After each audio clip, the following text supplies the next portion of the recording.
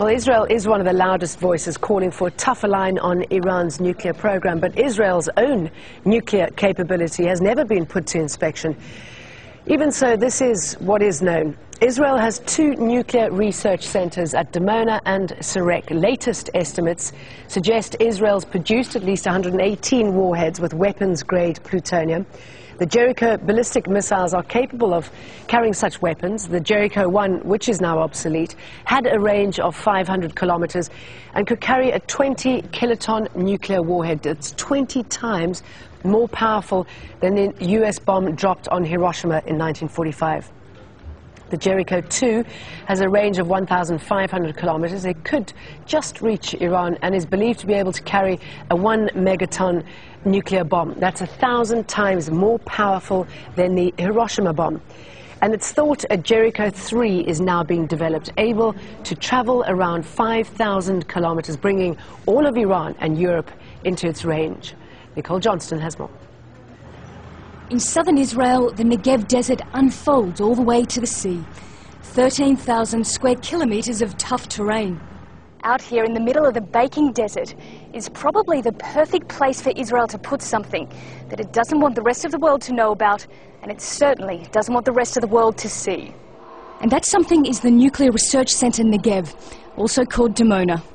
Shrouded in secrecy, this facility is closed to inspectors from the International Atomic Energy Agency, and that's because Israel has never signed the Nuclear Non-Proliferation Treaty. John Large is a nuclear expert and says despite the election of President Obama in the US, it's unlikely Israel will ever come clean about exactly what goes on at Dimona. You can't change the lobby, the industrial military complexes of America, that incredibly powerful political group. Your generals don't change. They take years to change. Your president can change quickly. Generals take years to change. And it's the generals who need this. But do Israelis think they need it? And would they be willing to give it up for a nuclear-free Middle East? We went to the city of Dimona, around 10 kilometres from the nuclear facility. Here the people we spoke to support the country's nuclear research program. But we asked them, given the official silence surrounding it, if they'd like to know more about it. No, I don't want to know what I have in Israel, but I have to know that I have a strong Israel. It's very good for me.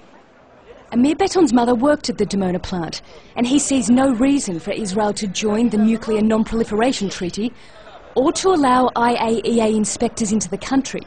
If it's come all the inspectors over there, all the country can see what you have over there.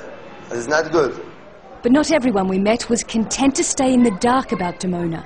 I think some more information about it would be good. I think it'll be progressive. I think it'll be very essential if we get a little more information. That way we can know what we're dealing with. Israel maintains an official policy of ambiguity, neither admitting or denying it has nuclear weapons. The work at the Dimona facility is secret and its employees silent. Analysts say Israel is not developing its nuclear program on its own.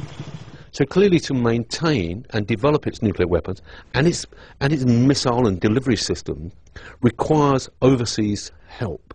And that overseas help, although it's clandestine, clearly has some sort of state assurance behind it. The city of Dimona is as close as you'll get to Israel's research centre.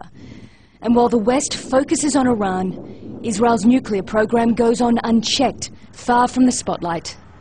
Nicole Johnston, Al Jazeera, Dimona.